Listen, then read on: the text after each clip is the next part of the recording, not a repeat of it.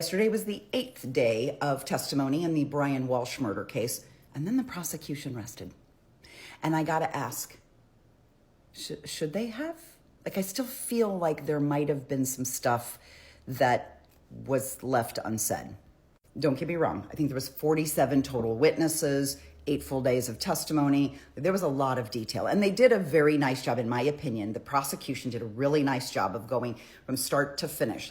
Here's all of the different pieces, and here's everything was brought in at the right time. And then it kind of ends with probably what should have been the strongest day of premeditation, right? Some of the witnesses that came forward could have really closed this loop on how their marriage was having struggles and that this is more planned than Brian's defense team claims it was.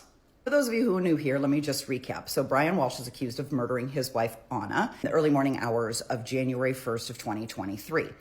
Then allegedly dismembered her body and then disposed of her using black trash bags placed in dumpsters, various different locations around the neighboring towns. There is a landslide of physical evidence that tells us something happened in this home, because there is evidence of a bloody crime scene in this home. I'm going to make a completely separate video about that, because I know there's a lot of people still coming into my comments saying things like, well, there's no proof that he dismembered her. He didn't plead guilty to dismembering her. Yes, there's DNA, but DNA can get on a hacksaw in another way. So I'm going to make another video just to kind of address some of those things. Let's just walk through. Maybe some people don't see the evidence the same way I do, and so I'm going to try to work to connect the dots. But that's not this video.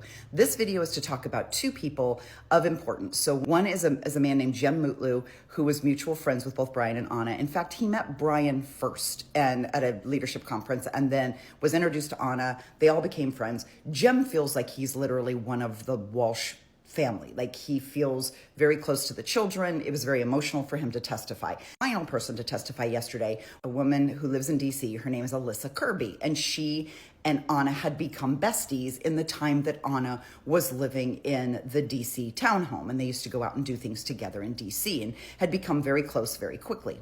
Now, I won't deny that this prosecution has brought forth a lot of witnesses. There's a lot of information. There's a lot of data.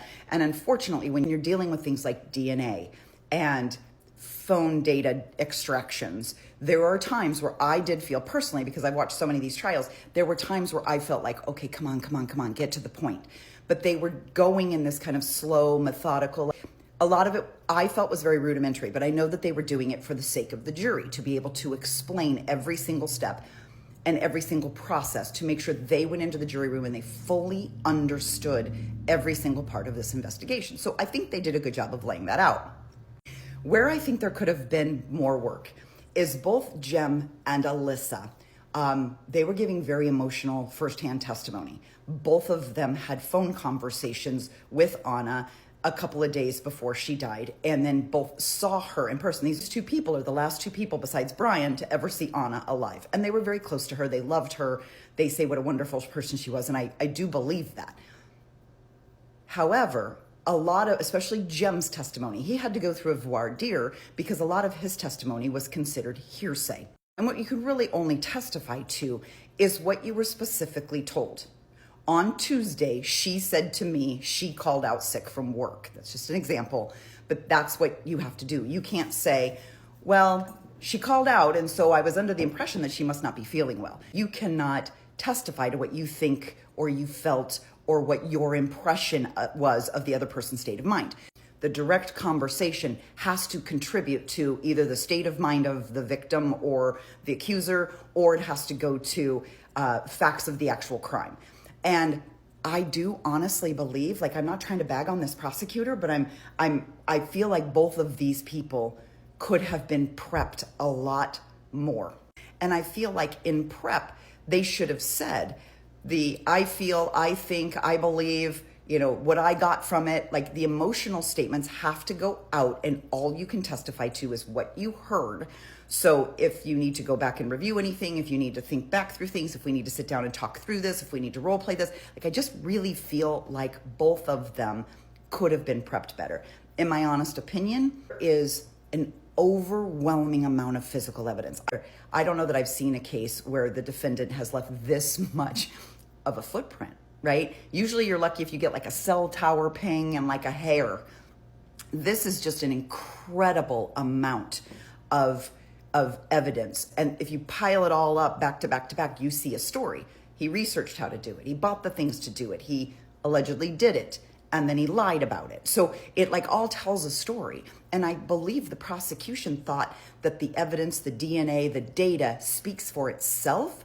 And these people were a good way to bookend this to just make sure we remember before we get into the defense that Anna was a person, that Anna was beloved, that Anna was a great, incredible, exceptional person. That's how they described her. And we should all have some compassion for the person. We've been talking a lot about DNA. We've been talking about hacksaws. We've been talking about Google searches. Let's bring it back to this emotional side. So they accomplished that. But I just felt like there were so many objections and so many sidebars that it wasn't fluid. And whenever you have somebody like this that's trying to tug at the heartstrings, you definitely want them to be able to speak. And I just worry that they weren't prepped well enough. But I also got to give credit to the defense team. By the way, this entire time I had no idea that Larry Tipton was the public defender.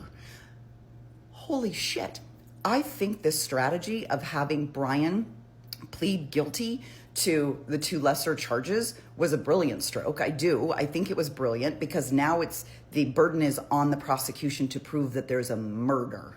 And that's hard with this evidence. We think they can probably easily convince a jury that there was a dismemberment and a disposal. You plead guilty to that lesser charge and you take that kind of all of that evidence sort of off the table. What you're left with is how exactly did he murder her? How did she die? Which brings me back to the one piece of evidence I don't feel got enough airtime, and that is that damn knife that was found in the kitchen. I think that should have been a half a day of testimony, because if you honestly believe that that might be the murder weapon and that he stabbed her in the living room and she fell on the ground and she was bleeding on their living room rug, which based on the number of videos on here, there's a lot of us that believe that, why the hell didn't that knife get more play? That knife should have been front and center because that's probably the murder weapon, in my opinion. So Day 8, prosecution rests, and today we start the defense.